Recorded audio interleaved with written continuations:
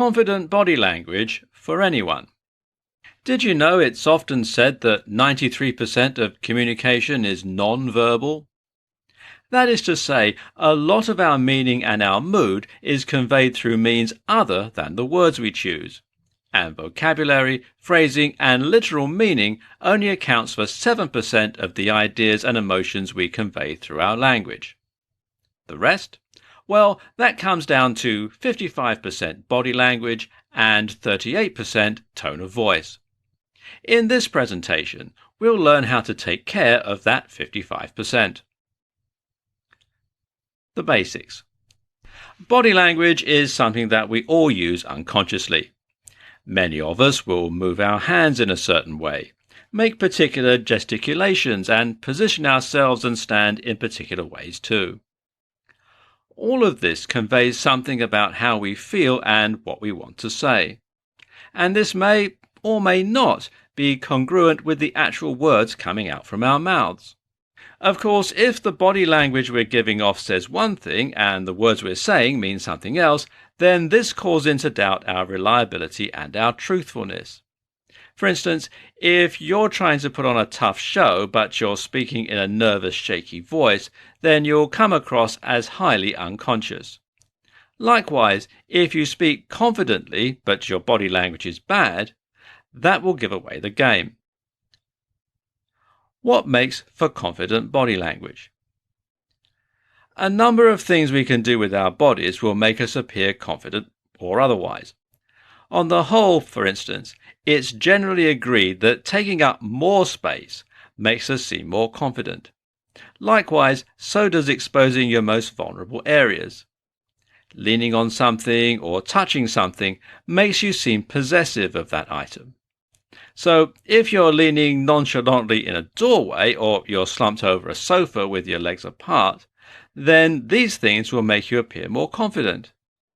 Conversely, if you put up a guard by crossing your arms, if you look downward, and if you bring your knees together, this makes you look vulnerable and shy. Do keep in mind that body language is best read in clusters. Certain things make you seem more or less confident, but there are other factors that might be at play. For instance, if your arms are crossed, then this might simply be because you're cold. It's about the big picture and what all that information says collectively about you. 5 style tips that will boost your confidence. The way you look and the way you dress can make a huge impact on the way that you come across and the way that you feel. We judge books by their covers all the time, even though we know better, and first impressions are terribly hard to shake. But it goes deeper than that and becomes a matter of self-fulfilling prophecies. If you feel good about what you wear, and if you think you look good, then you will walk taller, speak louder, and generally present yourself in a manner that makes you more impressive. And that changes the way that others react to you and the confidence they put in you. This in turn makes you feel even better about yourself. So it's what you call a virtuous cycle, where one positive change to your outfit can result in a cascade of changes to massively impact how you act and feel. Here are 5 tips to set you on your way. Get a good haircut. And go regularly. This can make a massive difference to your overall appearance. Having long hair with split ends or hair that's just too overgrown to style properly just makes you look a little messy and as though you rushed out of bed. Not a good look. Wear good shoes. Get a good pair of shoes and a good bed, because if you're not in one, you're in the other. Many people judge others on the basis of their shoes, and this is something we wear nearly every day. Invest some more money here than you do elsewhere in your wardrobe. Wear something loud. Guys, every now and then it's a good idea to wear something a little louder, whether that means a white suit or a bright shirt. It says you're confident and not afraid to be the center of attention. And women, try wearing a little red lipstick or some big heels. Again, loud choices make you appear proud of your new look. Fewer, nicer items. It's far better to have a few high-quality items than lots of low-quality ones. People can see the difference. Be comfy. But finally, make sure you're also comfortable in what you wear. If you wear uncomfortable clothes, then it will play on the back of your mind and it will interfere with your performance. 5 ways life is better when you feel more confident. Self-confidence eludes many people, and that's a terrible shame considering just how crucial it is to our success and our happiness. Once you start believing in yourself, so too do other people.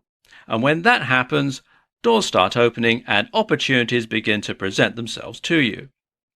With that in mind, let's take a look at some of the ways that life gets much better once you have rock-solid confidence in yourself. 1. Dating. This is obvious, but being more confident in who you are makes you considerably more successful in dating. Confidence sends a social signal that a person is a good potential mate, and this in turn makes that person far more attractive. The assumption is that they must have something to offer, whether that's resources or just genetic material. This is an unconscious process, of course, but it makes a huge impact in terms of your dateability. And yes, that is a word. 2. Appearance. Believe it or not, being more confident makes you physically more attractive. This happens in countless subtle ways as you take on a more confident body language and as you start to dress in a more confident way too. 3. Career. Confidence gives you the gumption you need to put yourself forward for things, to take risks, and to speak up. It also gives others confidence in you, which can result in them investing in you more. The result is that you more quickly climb the corporate ladder and become more successful in your own ventures too. 4. Health. Being more confident makes you considerably more happy. When you like yourself, you become happier with your own company.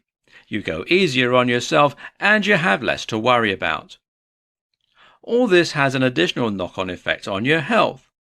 Less stress and anxiety and less depression all help to increase your immune function and to reduce your likelihood of becoming ill or even injuring yourself. 5. Relationships. Your dating life will start going better when you're more confident, not to mention your sex life. But so too will your relationships elsewhere. Being more confident means you'll be less clingy and less defensive, which makes it easier to make friends.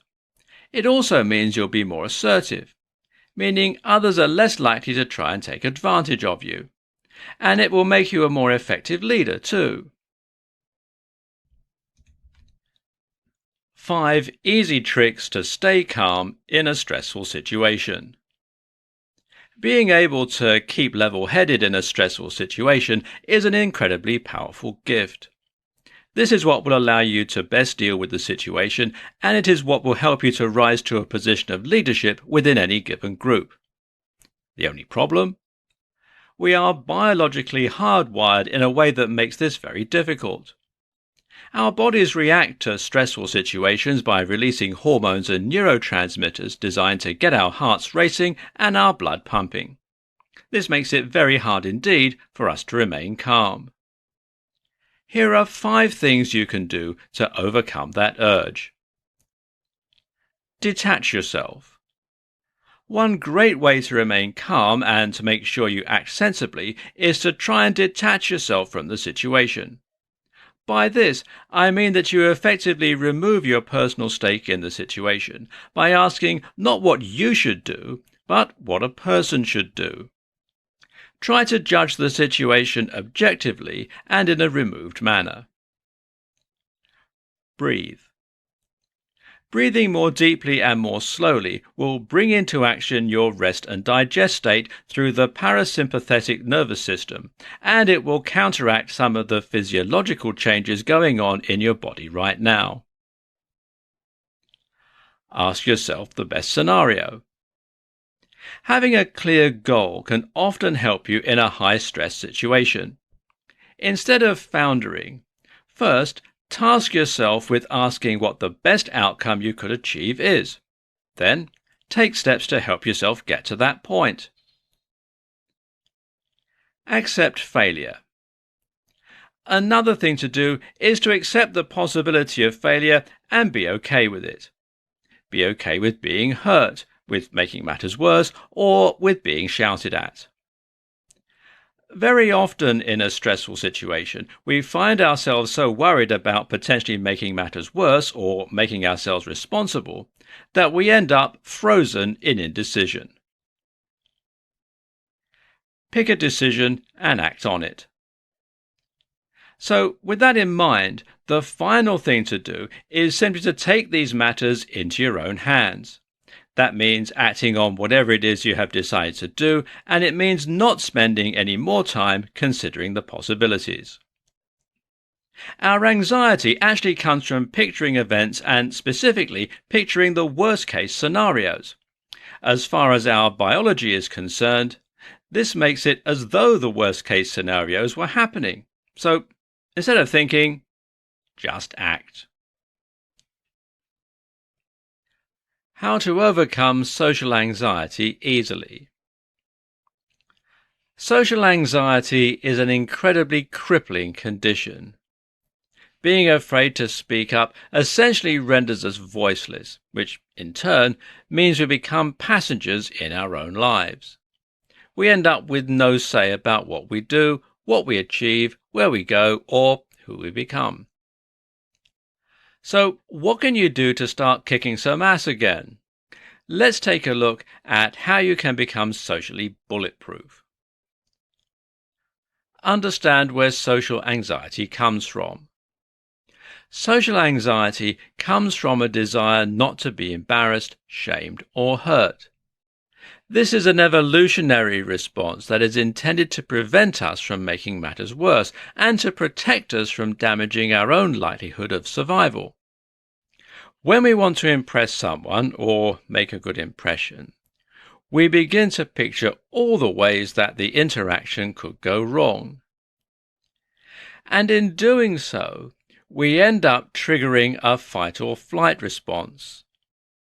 Only this freezes our ability to make a rational decision and makes us more likely to embarrass ourselves. So, what can you do to prevent this fate? Practice makes perfect. The first objective is to discredit the worst-case scenarios that you're picturing in your head and to start picturing the best-case scenarios. Start picturing yourself impressing the people you're talking to and making a great impact. Now, that's easier said than done, though, seeing as this reaction is something that has become deeply ingrained. And this is why we might use a technique from cognitive restructuring that is known as hypothesis testing. This means you test the notion that you might embarrass or upset yourself and thereby prove to yourself that you're wrong. And you do this by facing those fears and by testing the worst-case scenarios. So, for example, if you were worried that you're going to embarrass yourself by stuttering, then you could test that theory by purposefully stuttering in conversations. Do this enough times and you'll prove to yourself that no one laughs and no one thinks less of you. After all, times have changed since our limbic systems evolved. The problem, of course, is practicing all this in a way that won't cause lasting damage. So try going to more parties where you only know a few people. Try speaking to strangers in the street or in stores. And each time you do, practice putting yourself out there and even intentionally embarrassing yourself. That's how you become desensitized, and that's how you become socially limitless. Quick ways to boost your confidence. Want to raise your confidence and raise your game? It takes a long time to address the kinds of deep-seated insecurities that lead to chronic low esteem. But that said, There are some things that you can do right now that will have short-term and immediate benefits to raise your confidence. Let's take a look at some of the best. Adopt a power position. Using larger body language exhibits more confidence, but it also actually triggers the release of testosterone and other chemicals that make you feel more assertive, aggressive, and successful. Remember something you did well. Think about the last time you absolutely killed it and try to remember that occasion. Now live in that moment for a while and let it psych you up into the same mental state you experienced the first time round. Work out. Workout makes us more confident in a whole ton of different ways. Not only does working out trigger the release of adrenaline, testosterone, and more hormones that boost confidence, but it also makes us feel good because we've done something productive. Which leads us to the next point. Do something productive. Just doing something quickly that will offer a quick win is a great way to raise confidence too. Make the bed, tidy the kitchen, shoot off a quick email, get something done and feel good about it. Listen to some music. There are a lot of music tracks out there that are built around raising your confidence and self-esteem. Might I suggest some tracks by the artist Stan Bush, which are all about killing it? Spend time with friends. If you have just a little bit of time to build your confidence, then try spending some time with friends or a partner, anyone who makes you feel good about yourself. As a side note, you need more of these kinds of people in your life and fewer of the ones that make you feel worthless. Do something scary.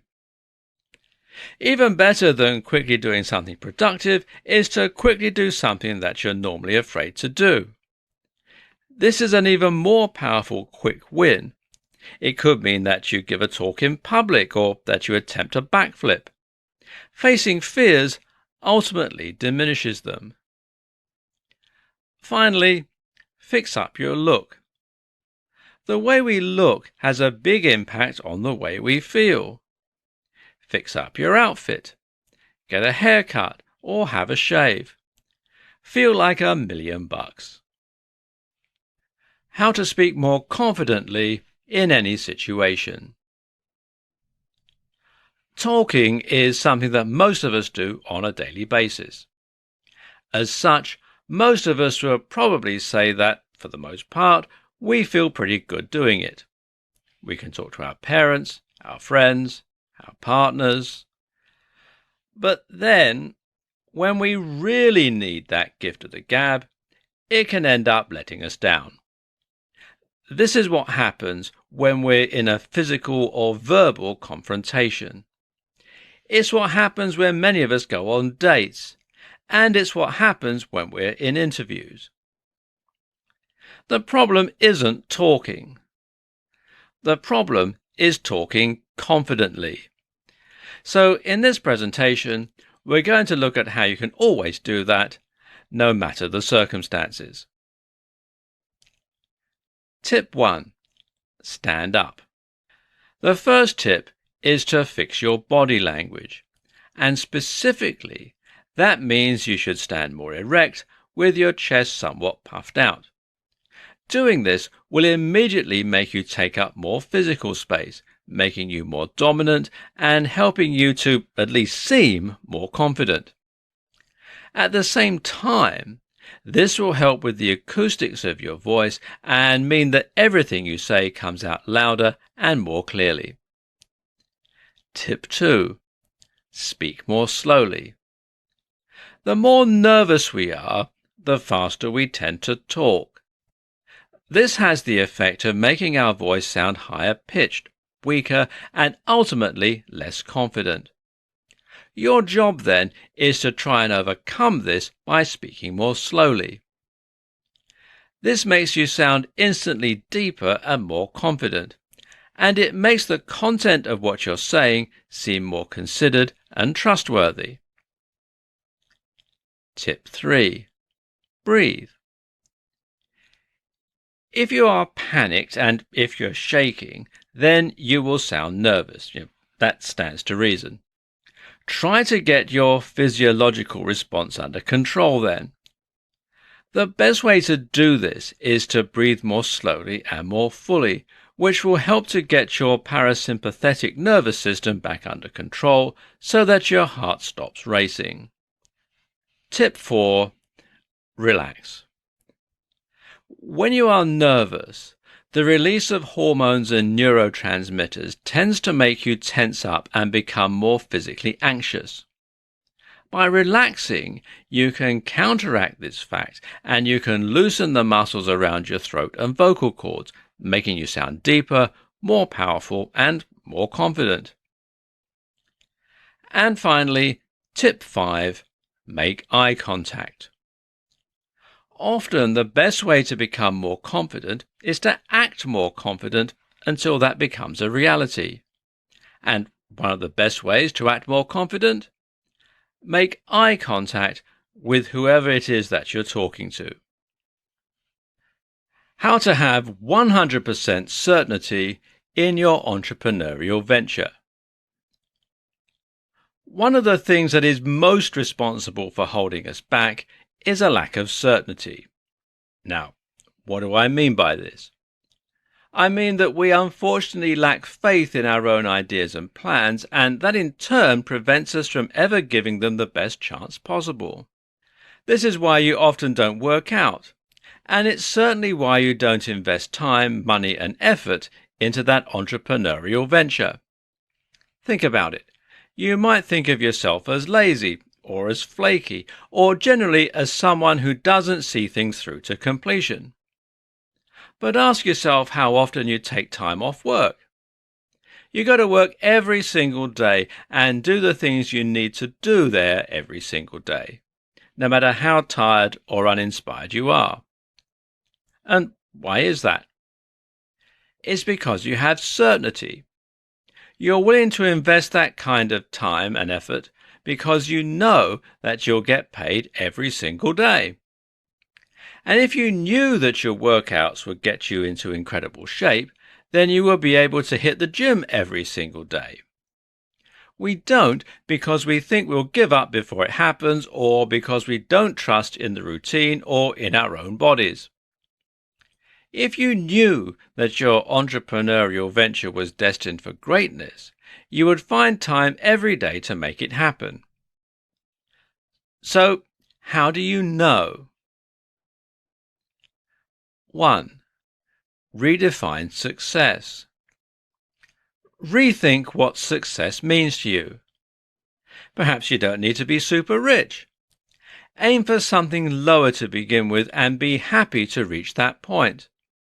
You'll probably find that you can be just as happy this way. 2.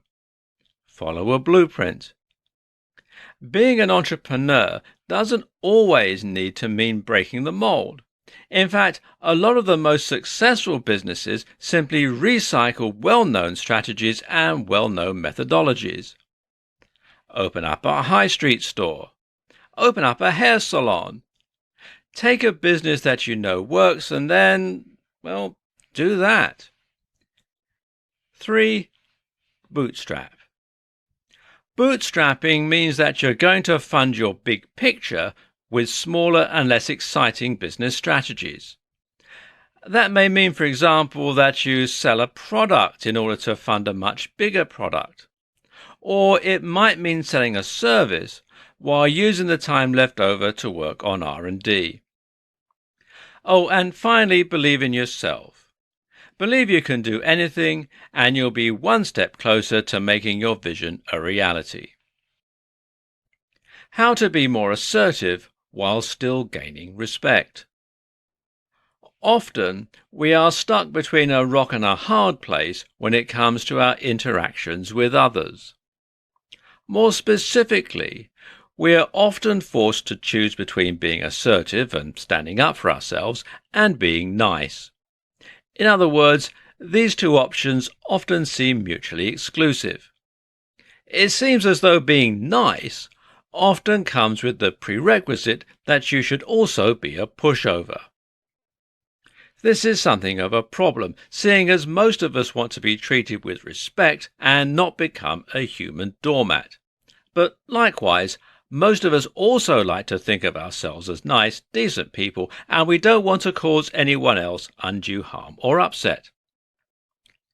In this presentation, we'll discuss how you can be assertive while at the same time inspiring respect in others.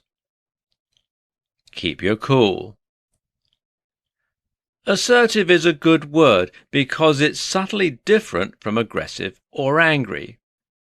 When you are assertive, you are simply asserting yourself, which broadly means you're stating what it is that you want or how you feel.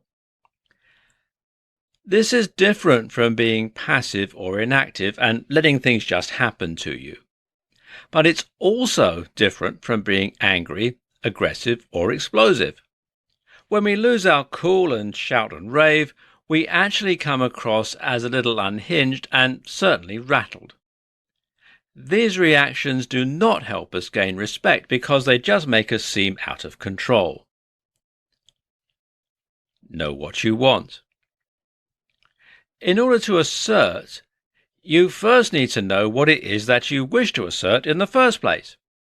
In other words, if you're making some kind of point or you're putting the world to rights, then you better know exactly what it is that you're trying to say. Raging because you're unhappy with a situation makes you seem like a whiner or a crybaby. Instead, tell the person who has wronged you what you want and what you expect them to do about it. Don't make excuses.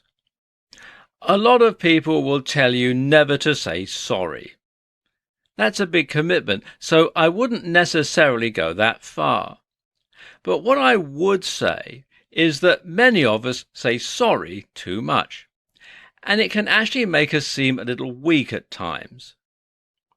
Instead of apologizing then, be willing to ruffle a few feathers sometimes. Be fair, but be firm when you need to be.